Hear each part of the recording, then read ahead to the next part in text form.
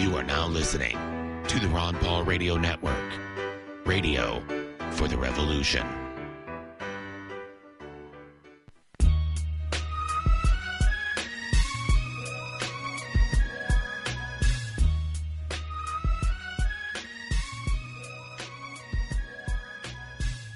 What's going on, y'all?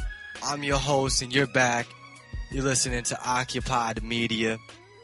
Don't forget to donate if you haven't, RonPaul2012.com.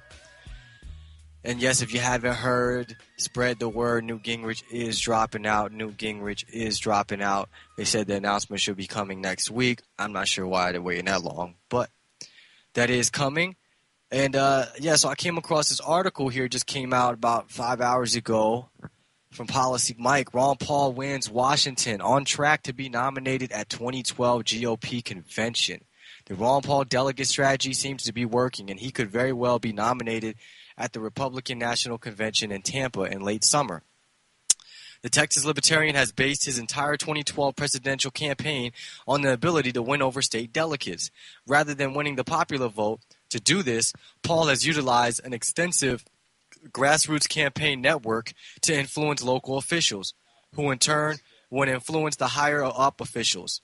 Until recently, this strategy has shown only limited results. The ground-level Paul delegates had not been able to immediately influence the wider state delegate situation. Now, though, caucus states like Washington, Minnesota, and Iowa, each with a complicated system of bound and unbound delegates, are nominating their delegates to the GOP National Convention in Tampa. And the Paul ground game is starting to work, but with some institutional backlash. So, yeah, I mean, they got to face the fact. I mean, we're winning. Let's see here. In Washington over the weekend, Republicans in the 37th legislative district gathered to vote on their delegates. The meeting saw Ron Paul supporters elect one of their own chair the process. A Republican Party chairman, though, refused to accept the Paul-supporting chairperson and ended the meeting, declaring that the meeting was no longer a Republican Party event, but rather a Ron Paul campaign event. And I played that, I think, yesterday, or I talked about that yesterday. Yeah, she's trying to say that the person that was chairman was like an insider for the Ron Paul campaign or whatever, and that this was being handled by the GOP and not the Ron Paul campaign. You know, just because she happens to be a Ron Paul supporter. If you're a Ron Paul supporter, they want to get us out, get you out. Doug Weed talking about they shutting the doors on us, and I mean, there's so much evidence out there, and the fact that it ain't being reported. And, I mean, this should be major breaking news, all of this GOP fraud that's going on. But unfortunately, the media is all in with it. And if you didn't get a chance to check me out this morning, you can go to my Facebook, Paco Elijah. We had a lot of good headlines that we were talking about. Just to give you a little recap of earlier today. Yeah, Yahoo had a little hit piece for Ron Paul supporters, so check that out. Headline, supporting Ron Paul is naive. Small governments are for small countries. So they had some foul things to say about Ron Paul supporters. Maybe we should go ahead and drop some comments on that article. Santorum dances around Romney endorsement, so if you didn't catch him last night on Piers Morgan, you know, basically he's endorsing Romney, and I said that. He's going to endorse Romney, you know. Whether he does it now or does it later. And he was telling everybody, anybody but Romney, but he's gonna support him. Oh yeah, if you haven't heard, CNN dropped Ron Paul off of the delegate list on their website. They still got Newt Gingrich and Rick Santorum up there though, so that's pretty amazing. Also, the audio that inspired Ron Paul, that pretty much changed his life, the speech from Mises. It's a lecture that was back in the 70s, I think. That's resurfaced. You can check that out on my Facebook and on my YouTube. Also, as Senator, Obama missed votes on the student loan bill now that he wants to extend. It's on Politico.com. Also, Republicans are pushing for Department of Homeland Security to take over the national parks. So, yeah, Homeland Security needs more room, more space. Doug Weed got a good article on his blog as well you could check out. Oh, yeah, is there a drone in your neighborhood? We got maps out now showing, revealing the 63 launch sites of the government spy planes. So you can check that out. There might be one in your area. They're in a lot of states. They got a lot right in Texas, right around Ron Paul's district. Not surprised about that. Also, U.S. Japan to announce agreement on troops and military bases. story on RT, the journalist, Homeland Security's top terrorist.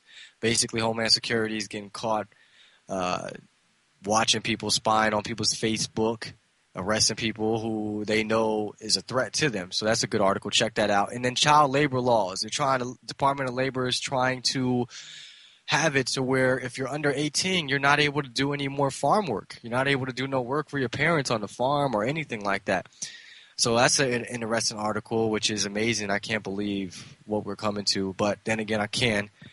It's going to get more wilder and wilder, folks. It's going to get crazy unless we do something about it. So check me out earlier. Check that out earlier. You can check out the clips on my YouTube page and on my Facebook. But now we got some other headlines I wanted to jump into. Let's see. I have one up here. Let me double check for you. Yes, here we go. American police state. I want to talk about this article real quick. So, if you've been listening to my show, I happen to talk about a lot of police brutality, or I try to. Got to keep that in the news because the police, the government, they don't get held accountable for any of the things that they do. And I mean, we're talking about a guy getting his, pepper sprayed to death while he's tied down in a jail cell.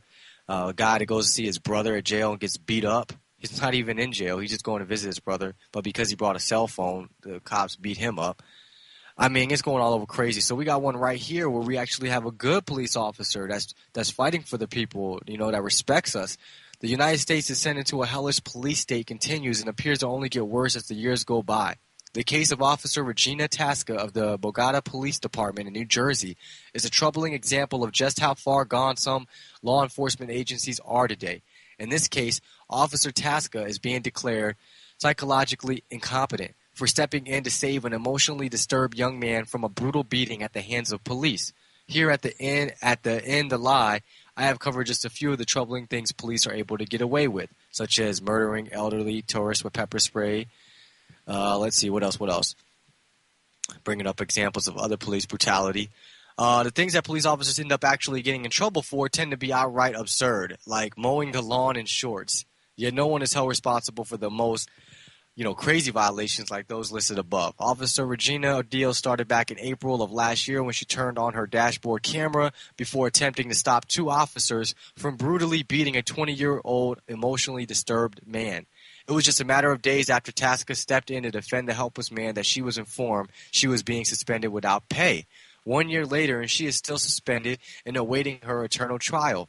According to WPIX, the Bogota Police Department is looking to see her fired. The incident occurred when a mother, Tara, called to have her emotionally disturbed son, Kyle, taken to the hospital. While waiting for the ambulance to arrive, Bogota police responded. Officer Tasca was the only officer on the road. The Bogota Police Department has a mere 20 officers in total, so she followed protocol and called for backup. 2 officers from the Ridgefield Park Police showed up, and that's when everything went horribly wrong.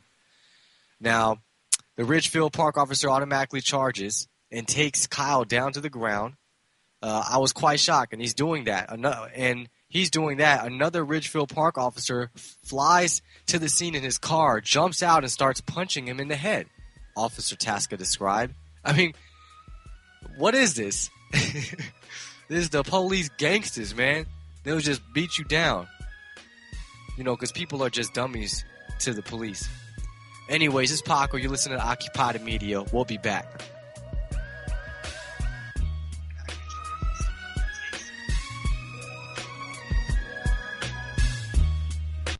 One is a serial hypocrite who lobbied for Freddie Mac before the housing crisis and for the individual mandate before Obamacare.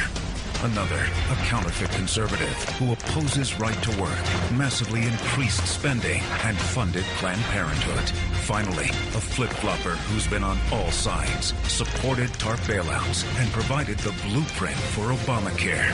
3 men, 1 vision. More big government, more mandates, less freedom. 1 man stands apart, ready to deliver real change, voting against every tax increase and every unbalanced budget every time. A real plan to cut $1 trillion year 1 and to balance the budget in 3. Pro-life, pro-right to work, guided by faith and principle.